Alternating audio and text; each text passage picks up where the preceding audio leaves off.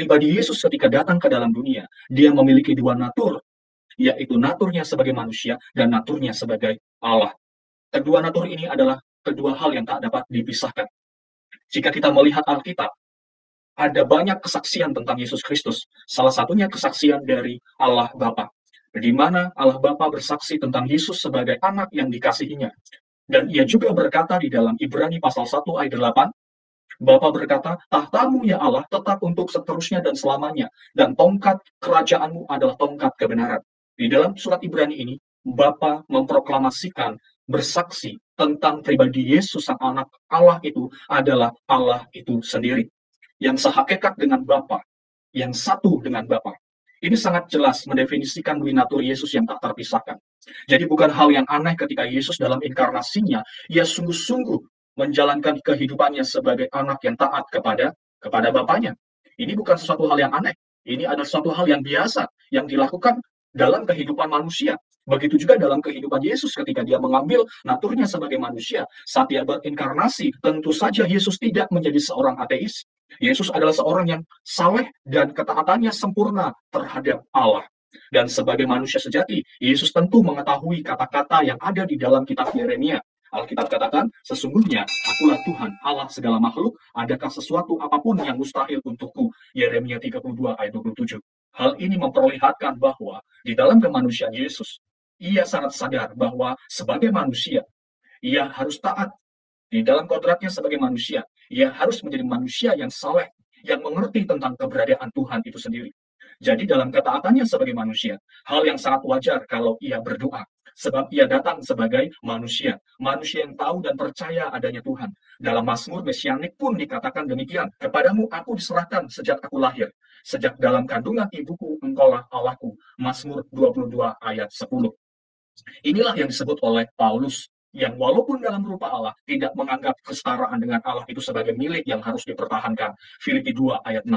Jadi, ia sungguh-sungguh mengosongkan diri dengan menambahkan kemanusiaan dalam dirinya. Pemirsa yang dikasihi dalam Tuhan, mungkin terlintas dalam pikiran kita, lantas kepada siapa ia berdoa jika ia adalah Allah itu sendiri? Tentu ia tidak berdoa kepada dirinya sendiri. Sebagai anak manusia, jelas ia berdoa kepada Bapaknya, karena ia sedang sungguh-sungguh mengambil naturnya sebagai manusia yang taat kepada Bapaknya. Ini sangat jelas, ia berdoa pasti kepada Bapaknya, kepada Allah Bapa. Lantas di mana keilahiannya? Apakah keilahiannya hilang? Jelas tidak. Keilahiannya tetap melekat sebagai Allah yang sehakikat dengan Bapaknya. Alkitab sangat banyak menyatakan tentang natur keilahian Yesus. Salah satunya dari karya-karya Kristus yang hanya bisa dilakukan oleh Allah. Dan proklamasi Bapa sendiri yang menyebutkan Yesus sebagai Allah. Seperti ayat yang tadi kita kutip bersama-sama di dalam Ibrani 1 ayat 8. Tetapi tentang anak ia berkata, tahtamu ya Allah tetap untuk seterusnya dan selamanya, dan tongkat kerajaanmu adalah tongkat kebenaran. Ini adalah ayat yang sungguh menakjubkan untuk memperlihatkan identitas Yesus dalam naturnya yang ilahi. Ia sehakikat dengan Bapa. Seperti yang dikatakan oleh Yesus sendiri, aku dan Bapa adalah satu. Satu dalam hakikatnya sebagai Allah, sebagai pribadi yang ilahi. Tetapi ketika ia datang ke dalam dunia, ia pun mengambil natur sebagai manusia. Ia menjalankan kemanusiaannya secara totalitas. Yesus sungguh-sungguh memiliki dui natur yang tak dapat dipisahkan. Jika engkau melihat Yesus hanya sebagai manusia biasa, itu karena engkau melihat dari sisi yang berbeda.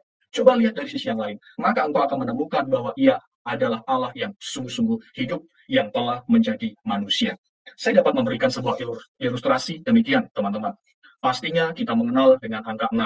Angka 6 ini adalah angka yang unik, angka yang dapat dilihat dari dua sisi. Ketika melihat dari sisi lain, maka angka 6 ini dapat menjadi angka 9 tentunya. Mana yang benar, 6 atau 9? Tentunya semuanya benar jika dilihat dari semua sisi. Angka 6, jika boleh saya sebut, ia memiliki dua natur yang tak dapat dipisahkan. Ia dapat dilihat sebagai angka 6 dan dapat dilihat sebagai angka 9. Angka 6 memang terlihat sebagai angka yang lebih kecil dari angka 9. Namun baik 6 dan 9, kebenarannya adalah sebuah angka. 6 dan 9 memiliki kesatuan hakikat dasar sebagai angka. Begitu juga dengan natur Yesus yang adalah Allah dan manusia. Kita tidak bisa melihat hanya dari satu sisi. Alkitab menyatakan Yesus itu sebagai Allah dan manusia. Maka dari itu kita harus melihat dari dua sisi. kita akan menemukan betapa agungnya Sang Anak Allah yang telah menjadi manusia ini. Yang dia adalah Sang Mesias yang menjadi manusia, dan dia adalah Allah yang sehakikat dengan Bapaknya. Kiranya hal ini dapat menjadi jawaban dalam setiap kehidupan kita untuk kita dapat mengerti mengapa Yesus berdoa dan kepada siapa Yesus berdoa. Tuhan Yesus memberkati kita semuanya.